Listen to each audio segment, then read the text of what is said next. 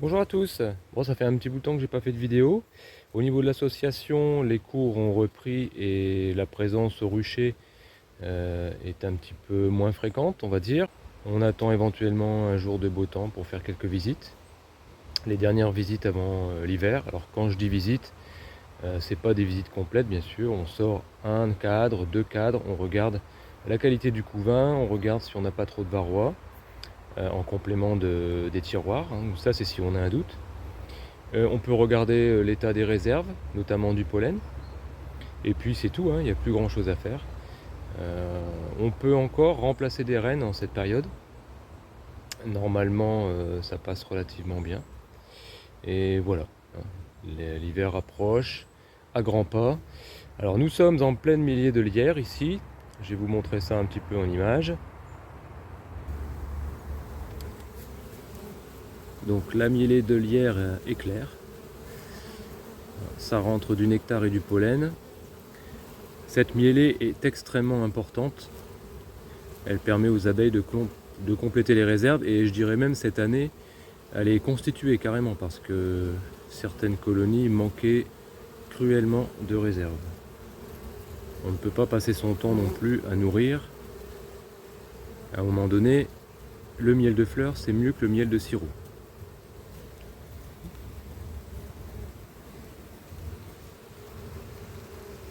Voilà, donc les ruches sont relativement actives. Au moment où je vous parle, il est en train de pleuvoir. Les petites averses d'automne, hein, c'est pas très grave.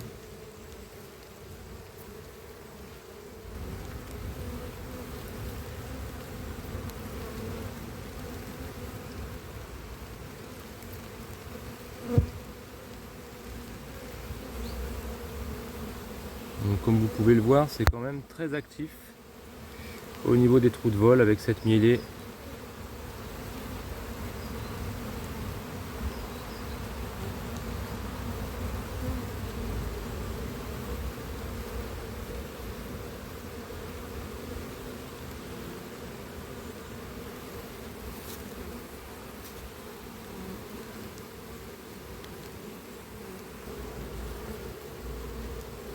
On a aussi nos amis les frelons qui ne sont pas loin. Alors j'en ai assez peu sur ce rucher cette année, j'en suis bien content. Donc on ne le verra pas en image pour cette fois. Donc, comme vous pouvez le voir, tout va bien.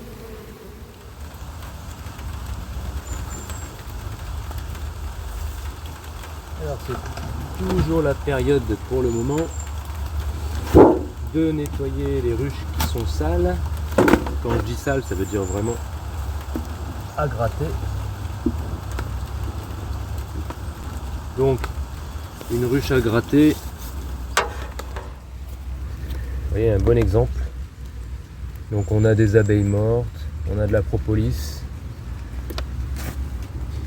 on a des résidus de cire à l'intérieur. Donc ça on ne laisse pas. En cours de saison c'est pas grave, mais pour l'hivernage c'est déjà moins bien. Et puis en plus c'est difficile de retirer les cadres, c'est difficile de les remettre à leur place. Tout est plus compliqué lorsque c'est très sale. Donc là on va passer ça directement au lève-cadre et puis ensuite à la flamme. On commence par bien gratter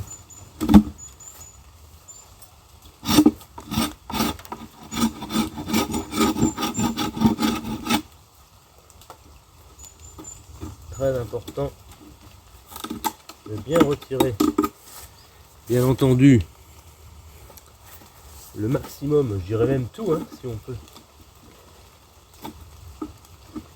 de propolis et de déchets.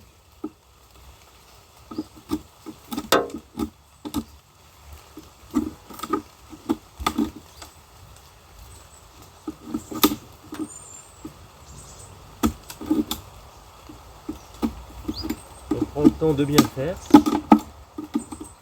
car la flamme, ça ne sert à rien s'il reste la propolis.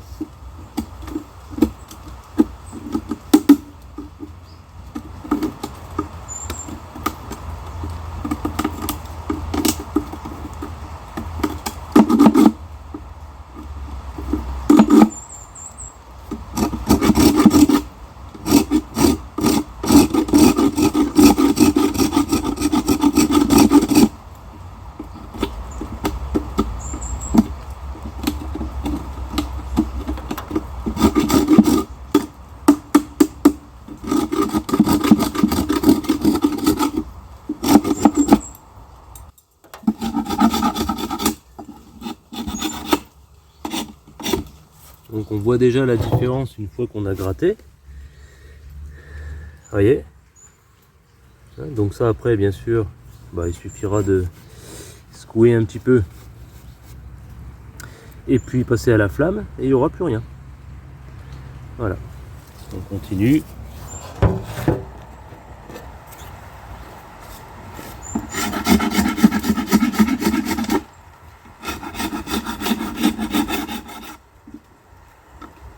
On fait l'autre côté.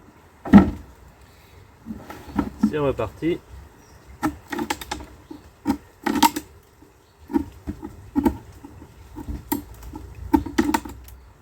Ensuite, on va secouer tout ça et c'est prêt pour être passé à la flamme. Alors à la flamme, vous voyez, ça suffit.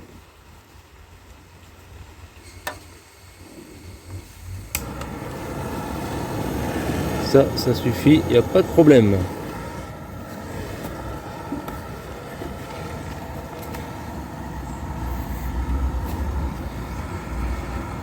On prend bien le temps de bien tout brûler. Surtout s'il reste un peu de propolis, c'est pas gênant qu'il en reste un peu. Mais on prend le temps de bien la brûler. Ça permet parfois de regratter ce qu'on n'a pas réussi à avoir avant. Voilà.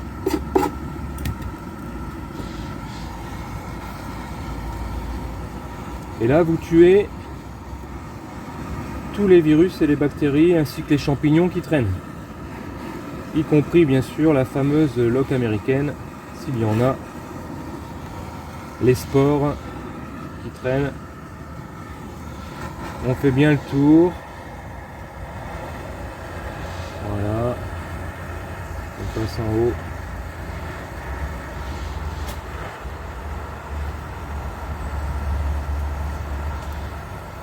S'il reste un petit peu de propolis, on insiste bien avec le bleu de la flamme, c'est-à-dire l'endroit où c'est le plus puissant. Ça sert à rien de les laisser et de les transmettre à la colonie suivante.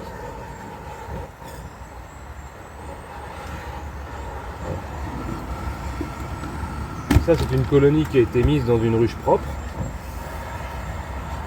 Et puis cette ruche-là, elle resservira à partir du printemps ou là en automne pour transférer une colonie qui est en ruchette, juste avant l'hiver. Par contre, pour le transfert, il faut que nous soyons encore en mielé de lierre. On ne transfère pas de colonie s'il n'y a plus de mielé derrière. Enfin, on évite quoi. On peut le faire, on peut le tenter, mais c'est un peu dangereux quand même à cette époque. Voilà. Donc là, on a une ruche qui est propre.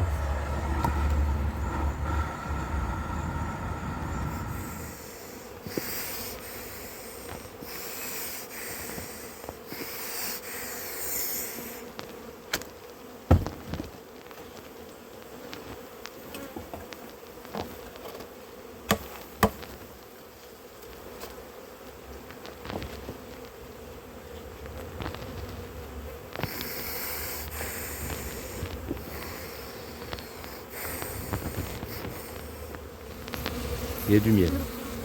Voilà. Donc ça c'est intéressant.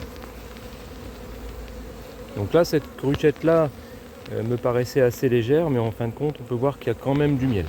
Donc ce sera facile à mon avis pour elle de compléter ce qui manque avec le lierre en cours.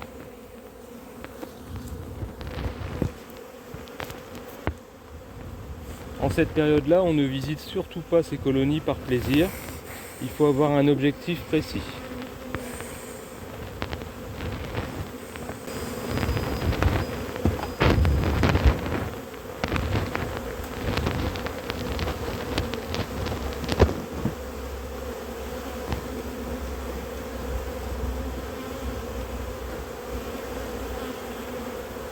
Par exemple ici je vois que j'ai un cadre qui est presque vide.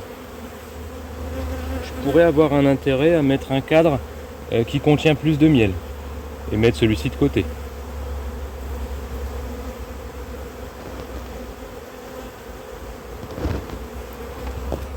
Et on peut voir à l'intérieur qu'il y a du miel.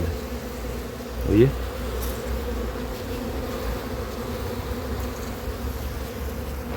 Ici, je vais me contenter, puisqu'elles sont en train de remettre des provisions, je vais me contenter de recentrer le couvain. Cette période-là, elles sont facilement énervées, hein. Donc, comme j'ai pas envie d'avoir les mains gonflées, je fais attention. Donc là, je vais tout décaler d'un cran, tout simplement.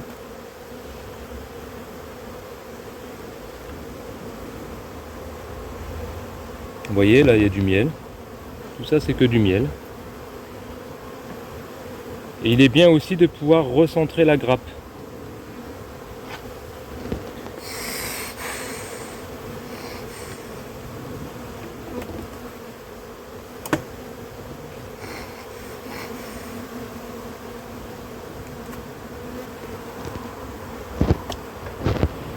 Voilà, parce qu'on voit que le couvain ici était centré sur la gauche. Alors pourquoi il est sur la gauche? Parce qu'il est du côté du soleil. Seulement, alors là en ruchette c'est moins vrai, mais lorsque vous avez une ruche qui a sa grappe sur la gauche ou sur la droite, c'est très embêtant parce que ça peut gêner la colonie pour se déplacer vers l'autre côté de la ruche lorsque ce sera l'hiver. Donc là on a encore du couvain.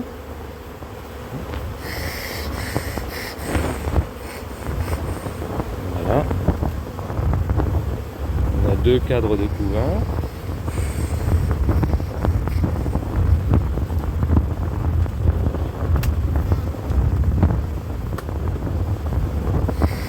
Alors en cette période les cadres sont un peu collés, hein. C'est assez délicat de les déplacer. Voilà, donc là on a encore un couvain comme je m'en doutais. Donc tout était à gauche.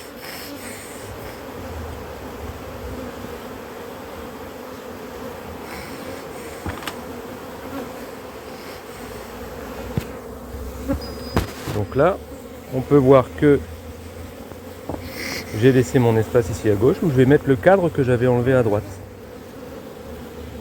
Alors en cette saison, les abeilles ne sont pas très cool, hein.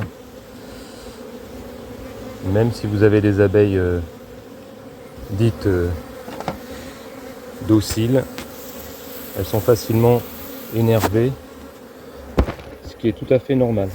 Le nourrisseur en place. Et l'intervention est finie. C'est, on va dire, l'intervention la plus invasive que je fais à l'automne. Donc là, on va laisser simplement les provisions se compléter avec le lierre. Et puis dans la semaine, ce que je fais, c'est si je vois que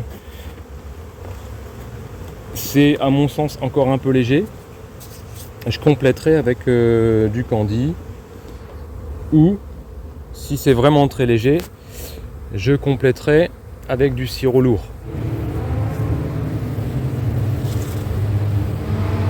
Donc voilà, ça c'est le devant de la ruchette que je viens de visiter. Donc vous voyez le comportement des abeilles est tout à fait normal en pleine mielée. Donc là, si dans quelques jours je vais venir la repeser, si je vois que elle ne progresse plus au niveau du poids, je pourrais mettre soit du candy, soit du sirop lourd pour compléter les réserves. Il faut de préférence, pour que le sirop lourd soit emmagasiné de façon efficace par les abeilles, il vaut mieux que la mielée de lierre soit encore en cours. En plus, comme ça, votre sirop sera mélangé. Voilà, bah écoutez, je vous laisse pour ce jour. Je ne sais pas si je referai une autre vidéo avant 1 ou 2 mois. Ça dépendra si je fais encore une intervention. Ça va se raréfier, hein. La prochaine vidéo que vous aurez sera plutôt, à mon avis, le cours d'apiculture qui se déroule au lycée de la Hautois. À la prochaine!